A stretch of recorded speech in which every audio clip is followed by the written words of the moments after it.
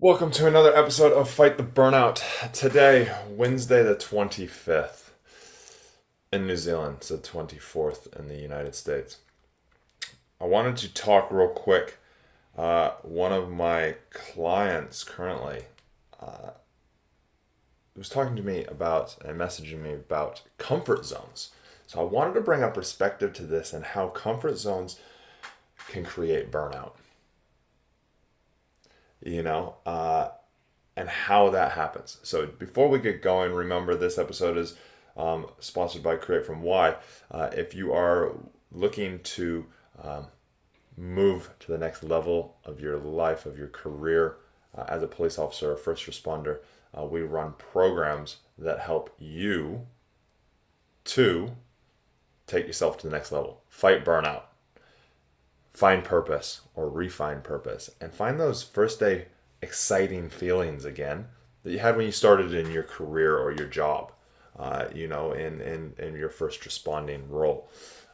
We have a program starting the 27th US time of June. So that's just over a month away.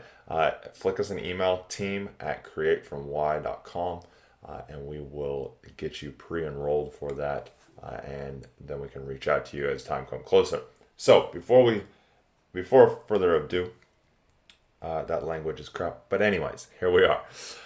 Comfort zones and why they cause burnout. And this is my belief on this. But when we get comfortable, we get complacent. Our mind starts to wander. Our mind starts to find things that are not necessarily true.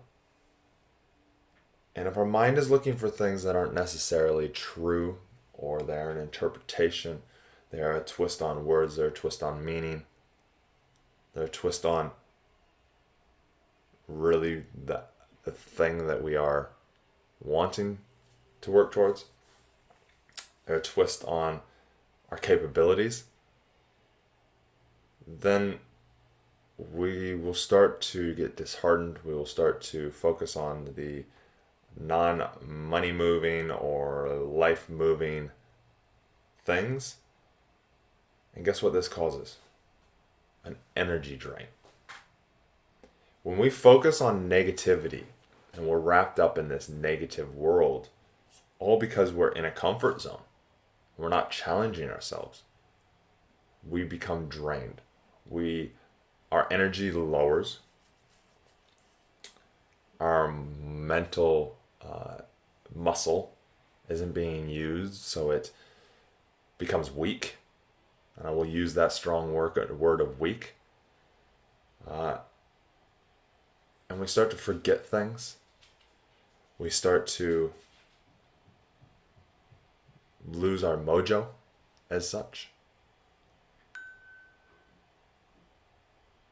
And so we end up burned out. We end up feeling not like ourselves. We don't feel like we are that powerful individual that we once were. And then we start to spiral even deeper and deeper and deeper and deeper. And by creating this, or having this happen, we feel even worse about being in our comfort zone. So how do we change that? Because far out, man, if we don't grow, we're dying. If we don't grow, we're dying. I.e., what I just said for the last couple minutes. Your energy is being so drained because you're not doing anything, you're not flexing that muscle. You start to lose yourself.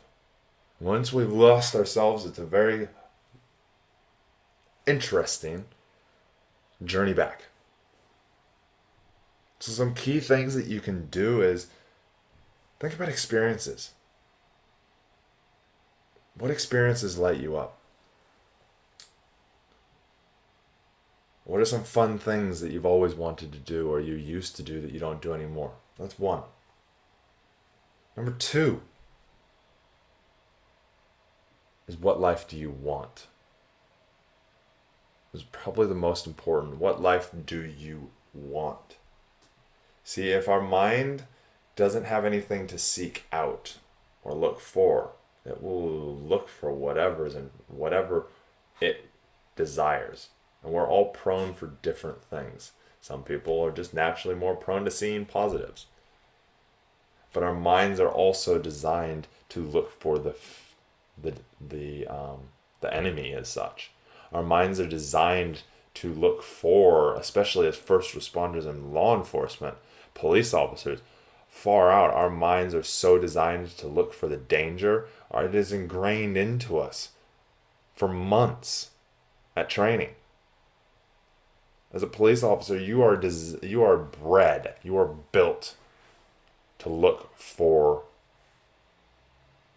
negative things so that you can overcome them before they become big and overcoming, where they are too big or something bad happens like death to yourself, your partner, to members of the public.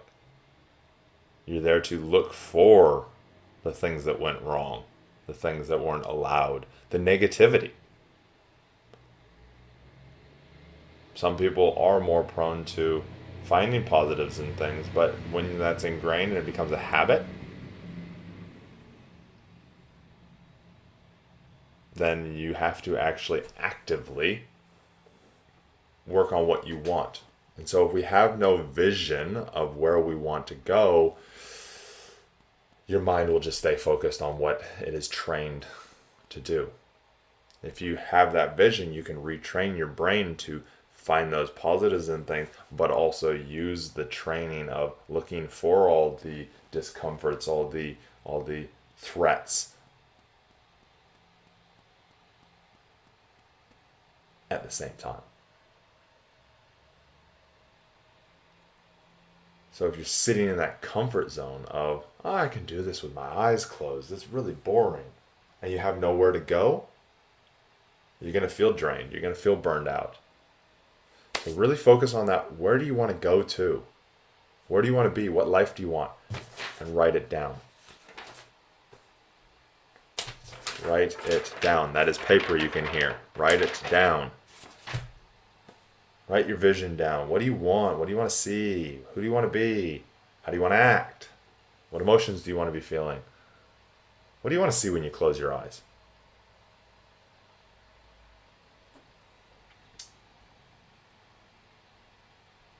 It puts everything into perspective, keeps you driving for a singular focus. Remember, I talk about all the time, your state.